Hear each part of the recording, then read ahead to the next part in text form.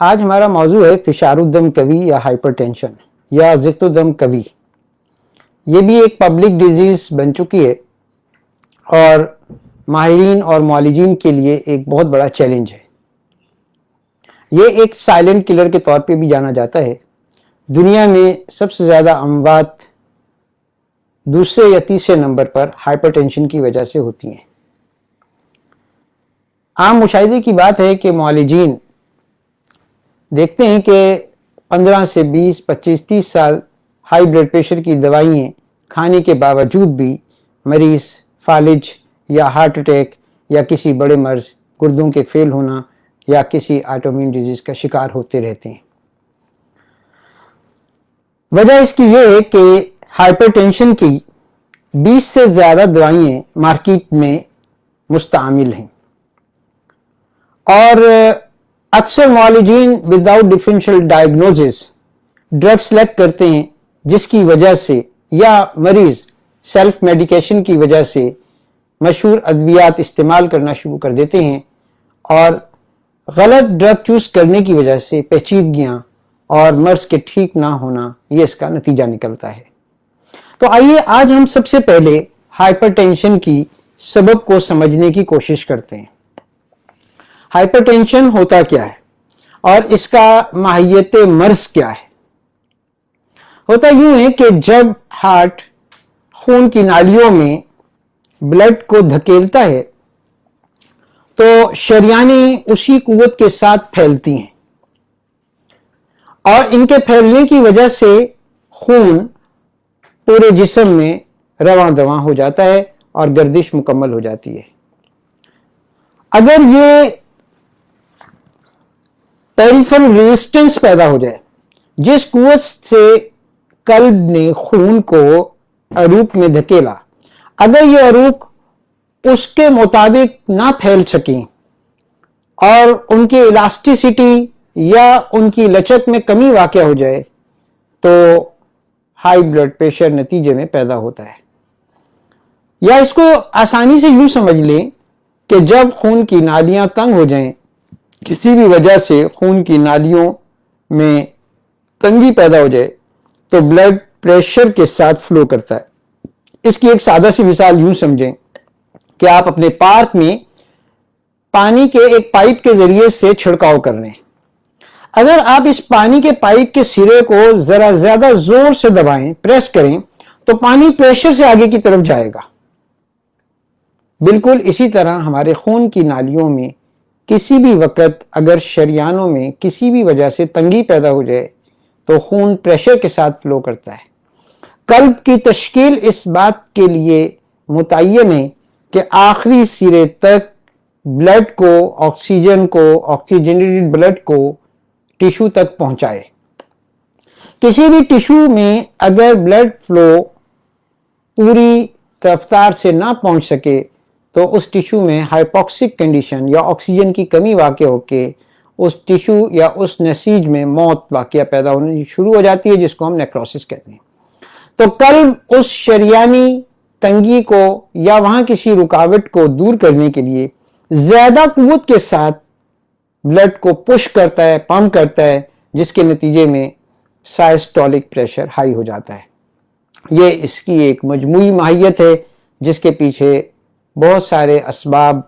پنہاں ہیں جن کو ہم ایک ایک کر کے ڈسکس کریں گے. خون کی نالیوں کے پھیلنے اور سکڑنے کی کچھ بیرونی وجوہات ہیں، کچھ اندرونی وجوہات ہیں. کچھ ادویات ہیں جو ویزو کنسٹرکٹر کا کام کرتی ہیں جو خون کی نالیوں کو تنگ کرتی ہیں. کچھ سمپیتھیٹک اور پیرا سمپیتھیٹک ایکشنز ہیں جن کا تعلق سٹریس، انزائٹی یا ٹینشن سے ہے جس سے خون کی نالیوں میں پھیلنے اور سکڑنے کی بیماریاں پیدا ہو جاتی ہیں. کچھ غذائیں ہیں جو خشکی پیدا کرتی ہیں جیسے تمباکو، کیفین، چکن، آرسینک. یہ سب دوائیں یا کچھ نمکیات شریانوں کے اندر صلابت پیدا کرتی ہیں. ان کے مسکولر ٹیشو کے اندر یہ ایسڈ ڈپازٹ ہو جاتا ہے جس کی وجہ سے ان کی الاسٹیسٹی کم ہونا شروع ہو جاتی ہے اور ان کے پھیلنے کی صلاحیت کم ہوتی ہے، پیریفرل ریزسٹنس بڑھتی ہے اور بلڈ پریشر ہائی ہو جاتا ہے. یا کچھ امراض میں ایتھروسکلروسس یا تھوروما یا آرٹیریوسکلروسس یہ شریانوں کی کچھ بیماریاں ہیں جس میں سے کچھ بیماریوں میں شریان کی درمیانی تہہ میں لپڈز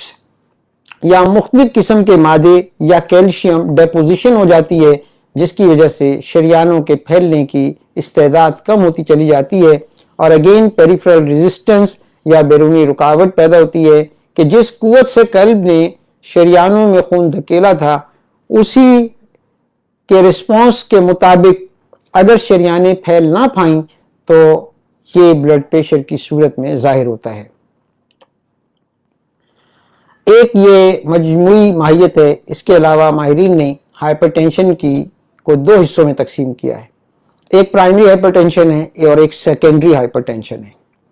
پرائمری ہائپر ٹینشن میں ہمیں اکثر کاز ان نون ہوتی ہے، کسی قسم کی کوئی بیماری نہیں ملتی، بلڈ انویسٹیگیشنز میں، سی ٹی اسکین میں، الٹرا ساؤنڈ میں کوئی سیکنڈری کاز ہمیں نہیں ملتی، جس کو ہم پرائمری ہائپر ٹینشن اور بعض جگہ پر اسینشل ہائپر ٹینشن کا بھی نام دیتے ہیں۔ کچھ جگہوں پہ سیکنڈری ہائپر ٹینشن جس میں کسی وجہ سسٹمک ڈیزیزز ہو سکتی ہیں،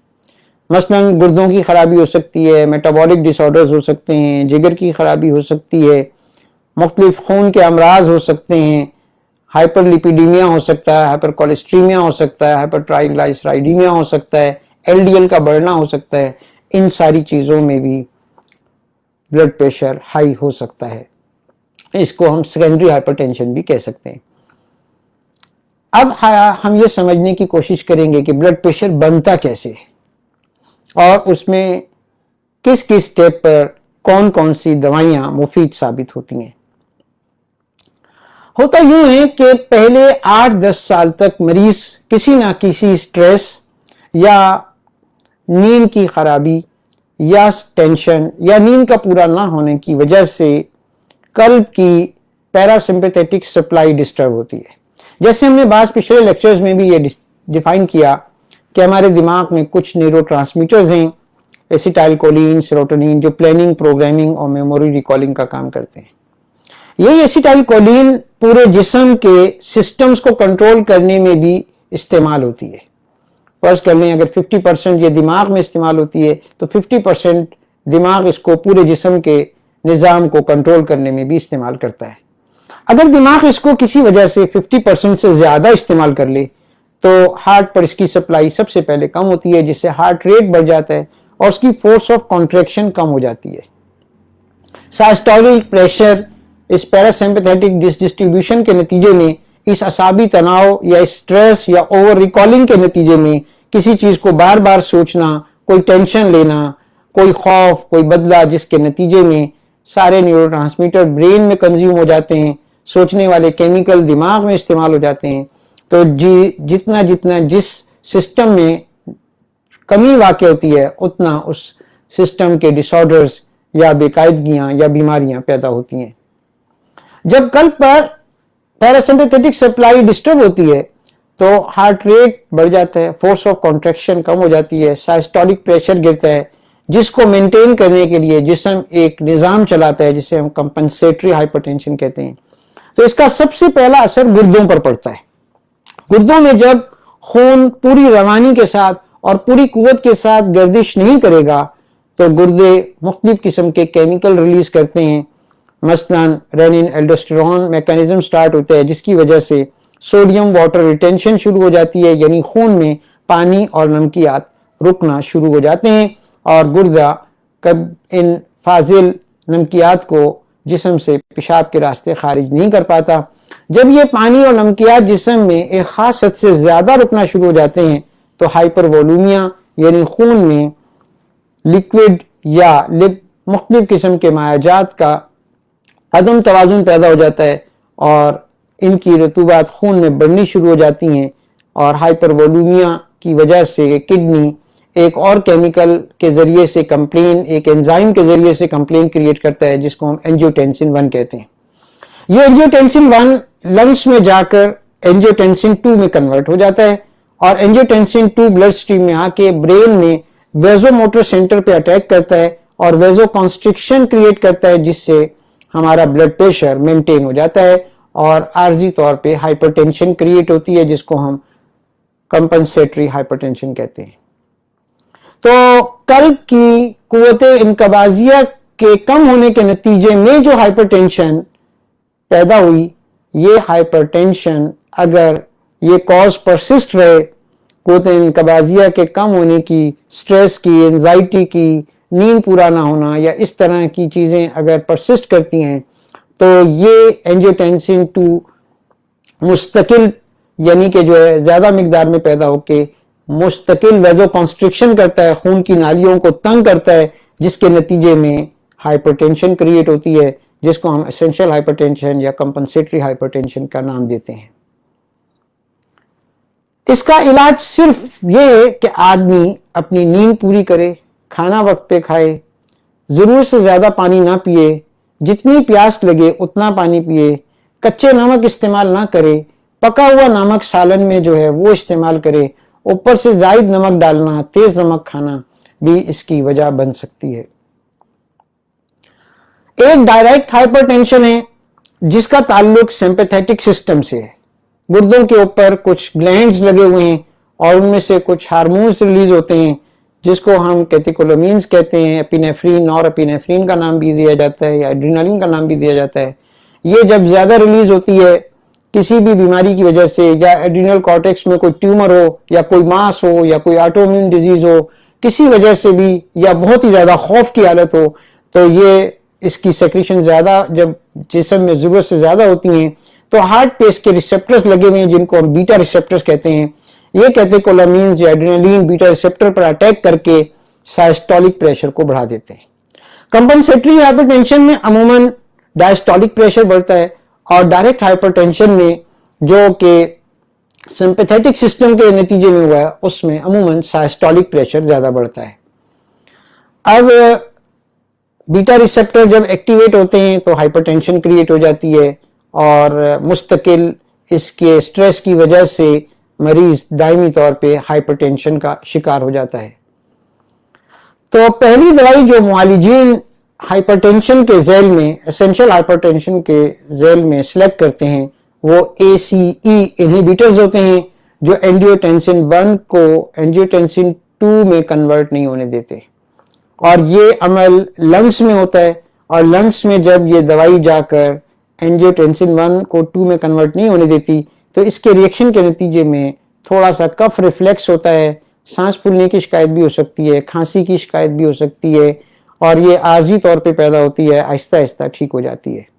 لیکن 5 سے 7 سال کے بعد ACE انہیبیٹر یعنی اینجیوٹینسن 1 2 کنورٹر انزائم بلاکرز جو ہیں وہ کام کرنا چھوڑ دیتے ہیں۔ 8 سے 10 سال کے اندر پھر ہمیں ARB دوائیاں دینی ہوتی ہیں جو اینجیوٹینسن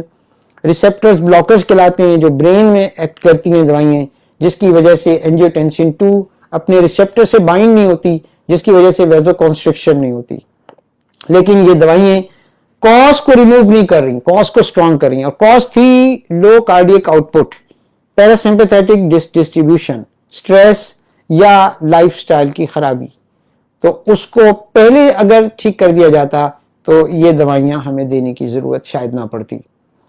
لیکن جب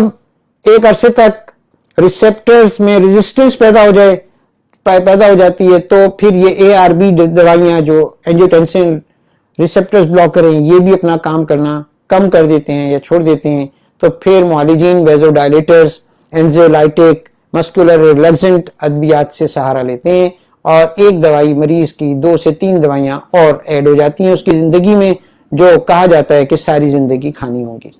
لیکن کاز سٹرونگ ہوتی ہے، کاز ہے لو کارڈیک آؤٹ پٹ۔ مین وائل 8-10 سالوں میں یہ کاز سٹرونگ ہوتی ہے، اور جسم مختلف قسم کے کمپنسیٹری میکانزم سے بی پی کو دوبارہ مینٹین کرنے کی یا اپ کرنے کی کوشش کرتا ہے، تو ہم بیٹا بلاکرز کے ذریعے سے اس کو پھر دبا دیتے ہیں۔ جب بیٹا ریسپٹرز بھی ریزسٹنس پیدا کر دیں تو پھر ہم کیلشیم چینل بلاکر پر آ جاتے ہیں، اور کیلشیم چینل بلاکر بھی اگر رسپانس نہ کریں تو سوڈیم چینل بلاکرز دے دینا شروع کر دیتے ہیں، جس کی وجہ سے ہارٹ اتنا تھک جاتا ہے کہ اس کی پمپنگ اور سیکشن ویک ہو جاتی ہے، اور پیریفرل ایڈیما شروع ہو جاتا ہے، یعنی دماغ میں اور ٹانگوں میں خون کی آمد و رفت کمزور ہو جاتی ہے، جس کی وجہ سے سیریبرل ایڈیما اور پیڈل ایڈیما جیسی بیماریاں، پاؤں پہ تہبج اور سر میں درد کی شکایت اور نیند نہ آنے کی شکایت شروع ہو جاتی ہے۔ اس دوران مریض کو جو شکایات ہوتی ہیں وہ کیا ہوتی ہیں کہ اگر سوتے ہوئے اس کی آنکھ کھل جائے یا وہ ڈسٹرب ہو جائے تو نیند ڈسٹرب ہو جائے تو دوبارہ نیند نہیں آتی، یا 2 سے 3 گھنٹے تک اس کو دوبارہ نیند نہیں آتی اور وہ غنودگی کی حالت میں رہتا ہے، نیند کچی ہوتی ہے، سٹریس ہوتا ہے، اس کے آکسیپیٹل ریجن میں یعنی گدی کے مقام پہ بوجھ محسوس ہوتا ہے، کان سرخ محسوس ہوتے ہیں، اکثر چہرے پہ بھی سرخی محسوس ہوتی ہے، آنکھ کے اسکلیراز میں باریک باریک خون کی جو نالیاں ہیں وہ پرومیننٹ ہونا شروع ہو جاتی ہیں، آنکھوں میں بوجھ ہوتا ہے، سر میں بوجھ ہوتا ہے اور بعض شدید صورتوں میں سر میں شدید درد بھی ہوتا ہے۔ اکثر رال ٹپکتی ہے یا منہ کا ذائقہ بھی میٹھا سا محسوس ہوتا ہے یا منہ کا ذائقہ تھوڑا سا چینج ہو جاتا ہے، دل کے مقام پر بوجھ ہوتا ہے، کبھی مریض کہتا ہے کہ میرا دل گھٹ رہا ہے، میرا دل بھج رہا ہے، سیڑھیاں چڑھنے سے موومنٹ کرنے سے اس کو تکلیف ہوتی ہے، دل بیٹھتا ہوا محسوس ہوتا ہے۔ یہ ساری شکایتیں اکثر مریض کرتے ہیں جس کو مریض اکثر اگنور کرتے رہتے ہیں اور وہ سمپٹومیٹک ڈرگز لیتے رہتے ہیں اور ان سمپٹومیٹک ڈرگز کے نتیجے میں مریض مزید سے مزید پیچیدگیوں کی صورت میں چلتا چلا جاتا ہے۔ اب جب پیریفرل ریزسٹنس کے ساتھ ساتھ پیریفرل ایڈیما شروع ہوتا ہے تو کنجسٹو کارڈیک فیلئر جیسی شکایتیں آ جاتی ہیں جس کو مریض مقویات قلب کے ذریعے سے معالجین جو ہے وہ کور کرتے ہیں، جس میں لینوکسن، ڈیجوکسن، ڈیجیٹیلس پرپیورا، ڈیجیٹیلس لینیٹس، یہ بھی ایک پلانٹ ڈیریویٹو ڈرگز ہیں جو کل کی قوت انقباضیہ کو زیادہ کر دیتے ہیں، مقوی قلب کہلاتے ہیں، جس کے ذریعے سے مریض کو عارضی افاقہ ہوتا ہے، لیکن ساتھ ساتھ ہائپر وولومیا کی کنڈیشن بڑھ رہی ہوتی ہے تو جس کے نتیجے میں کچھ ڈائریٹک یا مدرات یا پیشاب آور ادویات دینی پڑتی ہیں، جس کے نتیجے میں ہیلدی فلوئڈز بھی باڈی کا نکلنا شروع ہو جاتا ہے اور مریض کو چکر آنا، کمزوری اور آنکھوں کے سامنے اندھیرا جیسے آنے جیسی شکایت بھی محسوس ہوتی ہیں۔ بعض مریض کہتے ہیں کہ جی سانس گھٹتا ہوا محسوس ہوتا ہے اور سیڑھیاں چڑھنے سے تکلیف محسوس ہوتی ہے، تو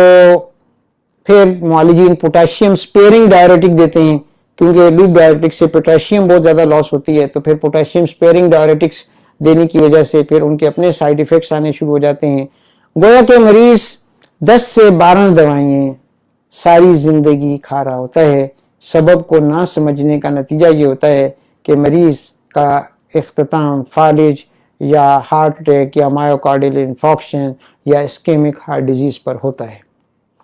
لہذا کسی بھی مرض کی پیتھوفیزیولوجی کو جب تک ہم نظام قدرت سے نہیں جوڑیں گے، قدرت کے قوانین سے نہیں جوڑیں گے، تو شفا حاصل ہونا بہت مشکل ترین بلکہ ناممکن ہے۔ آپ سوچیں کہ ایک ہائپر ٹینشن کے پیشنٹ کو اگر ڈائبٹیز بھی ہو تو ہم اس کے سال میں 3 سے 4 مرتبہ ٹیسٹ کرواتے ہیں جس میں لپڈ پروفائل ہے اور اس کے علاوہ یوریا، کریٹینین، الیکٹرولائٹس ہیں، سی بی سی ہے، اس کے پلیٹلیٹس کو دیکھنے کے لیے، مختلف بلڈس کی لیولز کو دیکھنے کے لیے، پھر اس کی بایو کیمسٹری ہے جس میں ہم ایل ایف ٹی دیکھ رہے ہوتے ہیں اور جیسے پہلے عرض کیا کہ یوریا، کریٹینین، الیکٹرولائٹس دیکھ رہے ہوتے ہیں، لپڈ پروفائل میں L D L, H D L کے تناسب کو دیکھ رہے ہوتے ہیں۔ تو اگر اس کو ساتھ ڈائبٹیز ہے تو H B A one C, C peptide, serum insulin, fasting blood sugar, یہ ساری چیزیں بھی اس کے کوماربڈ کے طور پہ ہم ساری کی ساری چیزیں مانیٹر کر رہے ہوتے ہیں۔ اب ہارٹ کی کنڈیشن دیکھنے کے لیے ہمیں ایکو کارڈیوگرافی اور ای سی جی کی بھی مدد لینی پڑتی ہے، اس کے اسٹیٹس کو مستقل مانیٹر کرنا پڑتا ہے، اور اگر مریض اس میں سانس پھولنے کی شکایت بتائے تو یہ اسکیمک ہارٹ ڈیزیز کی طرف یعنی کہ اشارہ ہوتا ہے کہ وہ نالیاں جو بلڈ کو قلب میں سپلائی کر رہی ہوتی ہیں وہ اگر سکڑنا شروع ہو جائیں تو کارڈیک مسلز کو اگر آکسیجن نہ ملے تو کارڈیک مسل پین کی صورت میں اس کی کمپلین کرتے ہیں اور سانس پھولنے کی ایک شکایت ہوتی ہے۔ تو بلڈ پریشر میں مریض کو سب سے زیادہ خیال رکھنا ہے ہائپر والومیا کو، کہ وہ اگر شروع میں مقوی قلب اور ہلکے مدرات لیتا رہے، یعنی مقوی قلب میں جو ہماری معروف دوائی ہے خمیرہ ابریشم حکیم ارشد والا، جس پر محترم حکیم ڈاکٹر سلیم الزمان صدیقی صاحب نے اور حکیم سعید صاحب نے ایک عرصے تک ریسرچ کی اور اس کے اوپر باقاعدہ مقالہ جات لکھے، جو 2 کتابوں کی صورت میں ہمدرد لائبریری میں بیت الحکمہ میں اویلیبل ہیں، اور ہم انشاءاللہ العزیز ناظرین کے لیے بھی وہ انشاءاللہ ہمدرد کی ویب سائٹ پہ اویلیبل کروا دیں گے، جس کے اوپر تقریباً 60 سے زیادہ پلانٹس کے اوپر ڈاکٹر سلیم الزمان صدیقی صاحب نے ریسرچ کی، اور خصوصاً اسرول کے اوپر بہت زیادہ ریسرچ ہوئی، جس میں اجملین یعنی معروف ڈرگ ہے، اور اس میں سے کئی ایسے الکلوائڈز نکلے جو پروون اینٹی ہائپرٹینسیو ایکٹیویٹی رکھتے ہیں۔ اگر اس اسرول کو کالی مرچ اور سندل کے ساتھ استعمال کرایا جائے تو اس کے سائیڈ ایفیکٹس نہیں ہوتے۔ اکیلے استعمال کرنے میں یہ اسرول یا چھوٹی چندن ڈپریشن کی شکایت کر سکتی ہے، لہٰذا اگر شروع میں ہی ہم ٹیمپرامنٹل پاتھ وے سے ٹریٹ کریں تو مریض 2 سے 3 مہینے میں مکمل شفا یاب ہو سکتا ہے۔ مثلاً کمپنسیٹری ہائپر ٹینشن اکثر بلغمی حالتوں میں ہوتی ہے، جس میں ہائپر وولومیا ہو جاتا ہے اور بلڈ میں رطوبت بڑھ جاتی ہے، جو غلبہ بلغم جیسی علامتیں دیتی ہے، جس میں سستی، کسل مندی، ڈپریشن، سوچنے اور سمجھنے کی صلاحیت کا کم ہونا، حافظے کا کم ہونا، اور جسم پورا سوجا ہوا یا ایڈیمیٹس فیل ہونا، تہبج کی شکایت ہونا، یہ ساری علامتیں کمپنسیٹری ہائپر ٹینشن میں جو ابو علی سینا رحمۃ اللہ علیہ کی 4 ٹیمپرامنٹل تھیوری کے مطابق غلبہ بلغم میں کاؤنٹ ہوتی ہے۔ ایسی صورتوں میں اگر لونگ دار چینی کا قہوہ دیا جائے، خمیرہ ابریشم ارشد والا دیا جائے، اس کے ساتھ مختلف قسم کے مقویات جیسے جدوار اور عود سلیب کا استعمال کرایا جائے۔ حکیم سعید صاحب رحمۃ اللہ علیہ کا معمول تھا کہ وہ ایسے مریضوں کو اکثر عود سلیب اور بعض مریضوں میں ریوند خطائی کا اضافہ بھی کرتے تھے، تو یہ مرکب انتہائی مفید ثابت ہوتا ہے۔ جدوار عود سلیب اینٹی ڈپریسنٹ بھی ہیں اور مقوی دماغ بھی ہیں، مقوی اعصاب بھی ہیں اور مقوی قلب بھی ہیں۔ جن مریضوں کو پلپیٹیشن کی شکایت ہوتی ہے یا جس میں ہم انڈرول دی جاتی ہے لازمی طور پہ، ان مریضوں کو اگر انڈرول کی جگہ خمیرہ گوزمان امبری جدوار عود سلیب والا استعمال کرایا جائے تو وہ انتہائی مفید ثابت ہوتا ہے۔ ہماری پریکٹس میں ہے کہ عموماً 1 سے 2 ڈبیاں یعنی 100 گرام کی ایک ڈبی بھی، اور بعض مریضوں میں زیادہ سے زیادہ 2 سے 3 ڈبیوں میں ان کی کمپلین ہمیشہ کے لیے ٹھیک ہو سکتی ہے۔ اس کے علاوہ جو ڈائریکٹ ہائپر ٹینشن ہے، اس کا تعلق عموماً صفراویت کے ساتھ ہوتا ہے۔ ایسے مریضوں کو ہم شربت نیلوفر استعمال کرواتے ہیں، شربت سندل استعمال کرتے ہیں، غلبہ دم میں معدلات الدم استعمال کروائے جاتے ہیں، جس میں سندل بہت مشہور ہے، شربت سندل کا استعمال کرنا۔ نسخہ نمبر 5 حکیم صاحب کا ایک معمول تھا، وہ جس میں بادیان، پودینہ اور زرشک، آلو بخارا شامل ہے۔ یہ منزج صفرا بھی ہے، مسیل صفرا بھی ہے، اور ڈائریکٹ ہائپر ٹینشن میں انتہائی مفید ثابت ہو سکتا ہے۔ اس میں شربت بزوری، شربت نیلوفر یا شربت سندل کا اضافہ کیا جا سکتا ہے۔ نیز غلبہ دم میں جوارش شاہی بھی استعمال کی جا سکتی ہے، بعض مریضوں میں بہت مفید ثابت ہوتی ہے۔ بہی کا استعمال انتہائی مفید، مربع بہی غلبہ دم میں انتہائی مفید ثابت ہوتا ہے، اور خمیرہ سندل بھی استعمال کروایا جا سکتا ہے۔ جبکہ سوداوی حالتوں میں عموماً کولیسٹرول ڈسٹرب ہوتا ہے، اس میں ہمدرد کی ایک ریسرچ ڈرگ ہے جو گالینا کے نام سے مارکیٹ میں اویلیبل ہے۔ یہ ہائپر ٹرائگلائسرائیڈیمیا میں اور ایل ڈی ایل کے بڑھنے میں انتہائی مفید ثابت ہوئی ہے، اور اس پر باقاعدہ ریسرچ پبلیکیشنز بھی موجود ہیں، اور ہمارے فیکلٹی کے ممبرز نے اس ڈرگ کے اوپر باقاعدہ پی ایچ ڈی بھی کی ہے، اور ان کو اس پر مقالہ لکھنے کے اوپر الحمدللہ مختلف قسم کے ایوارڈز بھی ملے، اور ان کی یہ انٹرنیشنل پبلیکیشنز موجود ہیں۔ تو گارلینا ایک انتہائی مفید دوائی ہے۔ گارلینا کو اکثر ہم اسروفین کے ساتھ استعمال کرتے ہیں، مختلف خمیرہ جات کے ساتھ استعمال کرتے ہیں۔ اس کے علاوہ جیسے ہم نے کہا کہ اس کی جو سب سے بڑی کاز ہے وہ لو کارڈیک آؤٹ پٹ ہے، تو شروع میں ہی اگر معالجین دوال مسک، معتدل سادہ اور عرق گلاب کا استعمال شروع کروا دیں، ہائپر ٹینشن، معمولی ہائپر ٹینشن، جب دیکھیں کہ diastolic pressure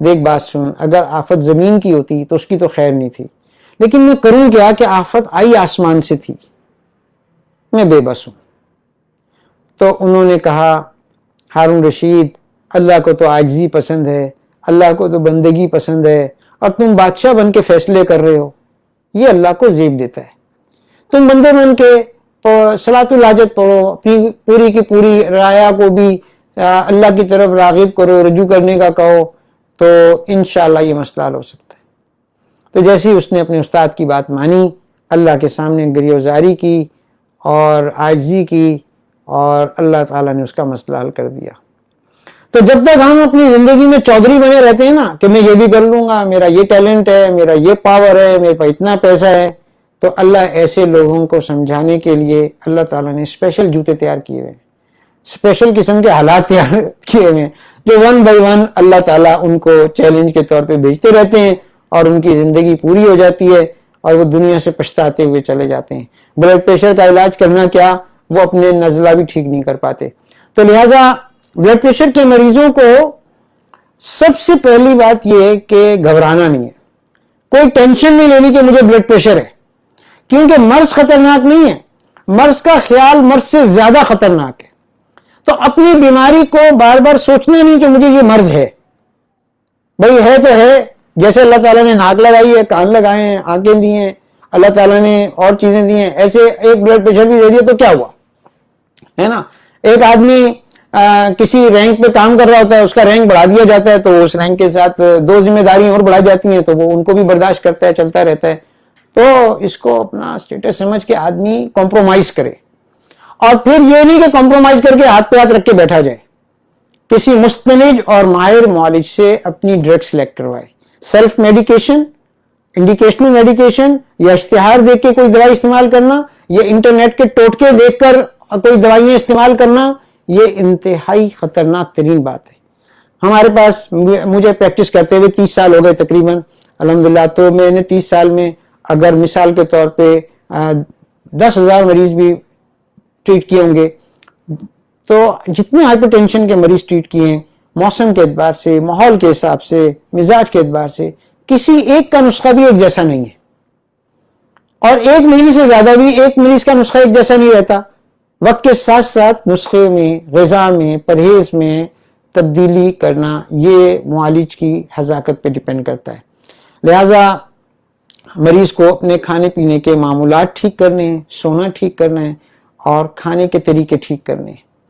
high blood pressure کے مریضوں کو رمضان میں خاص طور پہ صرف کھجور اور پانی سے ہی افطاری کرنی ہے۔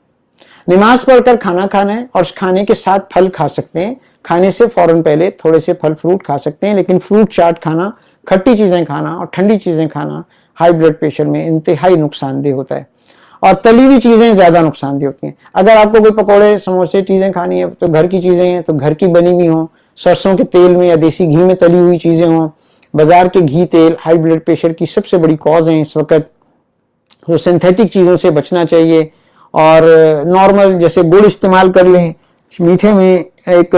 سٹیویا ایک پودا ہے، اس کی مٹھاس جو ہے وہ نارمل ہے، جو ایکول کے نام سے مارکیٹ میں اویلیبل ہے، اس کو استعمال کر سکتے ہیں۔ شہد استعمال کریں، گڑ استعمال کریں، سنتھیٹک چیزوں سے بچنا چاہیے۔ پھر کھانا کھانے کے 1 سے 1.5 گھنٹے کے بعد ادرک کا قہوہ مریضوں کے لیے بہت مفید ہے، اور اگر کوئی وہ ڈائریٹک لے رہے ہیں تو ڈائریٹک کی بجائے تھوڑا سا سونف اور پودینہ کا ادرک کے ساتھ اضافہ کر کے اس کا قہوہ دن میں 2 مرتبہ لینا ہائی بلڈ پریشر کے مریضوں کے لیے انتہائی مفید ہے۔ رات کو سوتے ہوئے تھوڑے سا دوال مسک اور اڑ کے گلاب استعمال کر لینا چاہیے، اور تھوڑا بہت ڈرائی فروٹ بھی مریضوں کو لینا چاہیے۔